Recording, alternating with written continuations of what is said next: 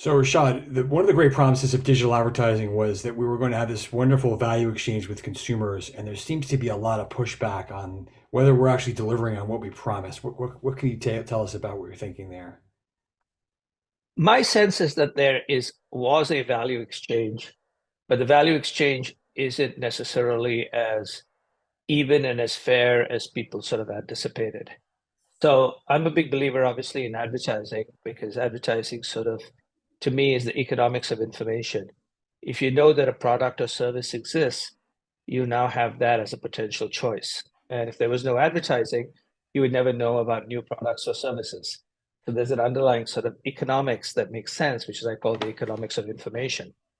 In addition, in order to get our attention, marketers and businesses underwrote something that we really desired, which was entertainment, sports, etc.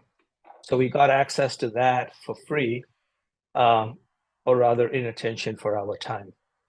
Um, and I wasn't necessarily sure if even that economics worked. And a few years ago, I spoke at a conference, and Joe Mandisi was there, and he's followed up on my analysis, and he thinks it wasn't correct, and I continue to think it was correct, and that's because of the way he measures it or the sources he used. So my basic belief is this: if you take all the money that was spent in television advertising, so let's start with television advertising, including production. And then as television advertising got more and more cluttered with ads, if you think of all the time that people spend watching ads relative to the benefits of all the economics, which is all the programming that they get for free, we ended up with paying people less than minimum wages for an hour of watching ads. So when someone basically says that it's a value exchange, I said yes, but less than minimum wage, right?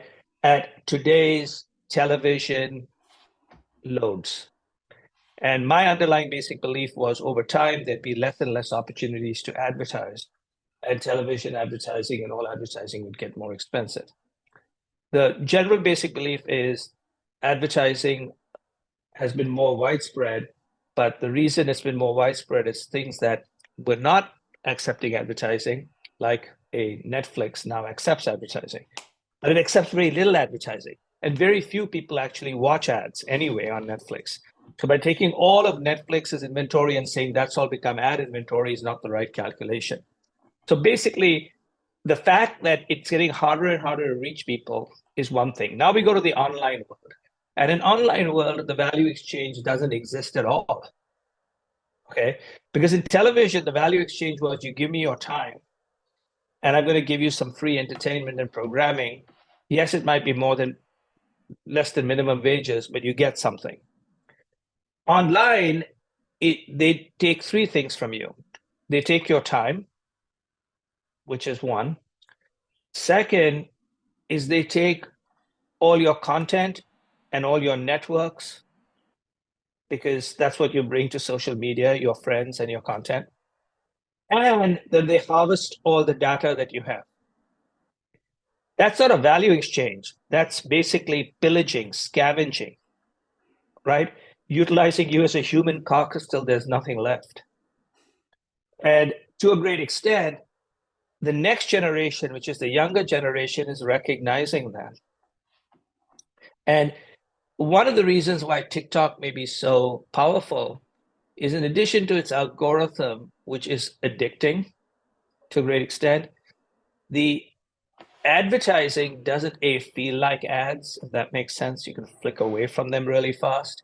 But as importantly, it is now used by more and more people to build their brands cost effectively and to become rich and famous. Much more hard to do that on Facebook or even on YouTube, right? So what people don't appreciate is not just the algorithm, but in TikTok, the value exchange is much better. But in most of these other cases, the value exchange sucks. And it's one of the reasons why people don't sort of recognize. And then finally, now as we have seen, and this is sort of speaking to the topic at hand, one of the things that we've basically sort of seen is we've seen this most recently this week as this is being taped in the world of banking. Who the hell do you trust? It's very clear that nobody can trust Meta. Okay. I mean, fundamentally, Meta's problem is they're now trying to sell trust to brands when nobody trusts them, including now their employees don't trust their management, who keeps laying off people after claiming whatever they claim. And so, to a great extent, that becomes the big crisis, which is in an ecosystem where there are black boxes, in an ecosystem where I think a lot of senior marketers still don't understand how the whole thing works. 4 years after working full time, I understand it better than most senior marketers, which is pretty surprising, right? Then the question simply is, in a world of brands being trust marks, how is it that the entire advertising system is filled with a lack of trust? So given that reality, how do we win back that trust, and maybe how does the rest of the web learn from a TikTok or this different kind of value exchange? So I think there are three different ways. And obviously, there would be people who push back and say TikTok is under surveillance Chinese spy network. So I'm just going to put that to the side. But, some people will say like you can't trust the spy network, but whatever. Um, the thing that I would basically say is the following. Number one is for marketers, they must have strategic optionality.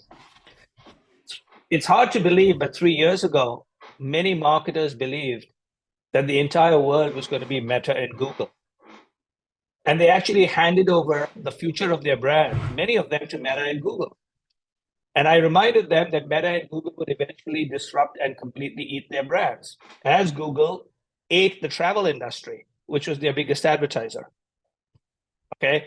And that was primarily because a CMO may not necessarily be incentivized to build the brand for the long run, but to make sales for the next year or two and get a job somewhere. We've seen advertising technology, radically reinvent a lot of how our business works. Do you think blockchain could have a similar effect on digital advertising? There's a lot of doubters there. Well, right now there's a lot of doubters because of a couple of reasons. One is it's still early, it's a ledger in the sky. Even people who question crypto, like a Jamie Dimon, believes in blockchain for underlying finance. Uh, and when you basically see where blockchain has gone from its sort of invention in 2009 to where it is today, it has come a long way. And if you look generationally, young people are far more comfortable with it or the stuff that rides on it than people who are today's decision makers. But one of the reasons digital became so big across organizations, all of which are now boasting about how 50, 70, 80% of their business is digital. And I obviously was selling when I was trying to get them to put 1%. Okay. Um, is part of it is because more and more people use digital, so they're following people. But that's always been true. It's been true 10 years ago. The gap between time spent on digital and dollars spent on digital was huge, huge, right? But the reason was that digital native marketers became CMOs or chief data officers and chief experience officers. And so they knew what was going on and they said, hey, wait a second, we want to move money to where we understand. So right now, to me, the same thing's going to happen with blockchain and other technologies. People are going to sort of recognize it, recognize that in the end, you should have the equivalent of, even though today it's under fire, you want the equivalent of a Federal Reserve, right, for the world of media and marketing. And today's Federal Reserve for media and marketing is a Meta or a Google who also happens to do the measurement and sell the media. So it's a very strange thing, right? I'm the bank, I create the currency, I decide the interest rate, I decide everything. Bullshit, right? That makes no sense at all. And the biggest thing to a great extent is I think the strongest and the most amazing thing I've seen in the last couple of years is marketers have seized control back. Okay. Not necessarily from agencies, they always had control on that, but they've seized control back of the entire marketing landscape. And that is really good. And as they seize control back, they're going to say, how do we make sure that we know what's going on? And so they can either decide to have some sort of FDIC launched about a Federal Reserve launched by the ANA, which is going to be impossible because you can get three marketers in a room and you'll never get any consensus because they'll fight with each other. Okay. So you're going to have to get something, an outside source, which I believe is mathematics of blockchain.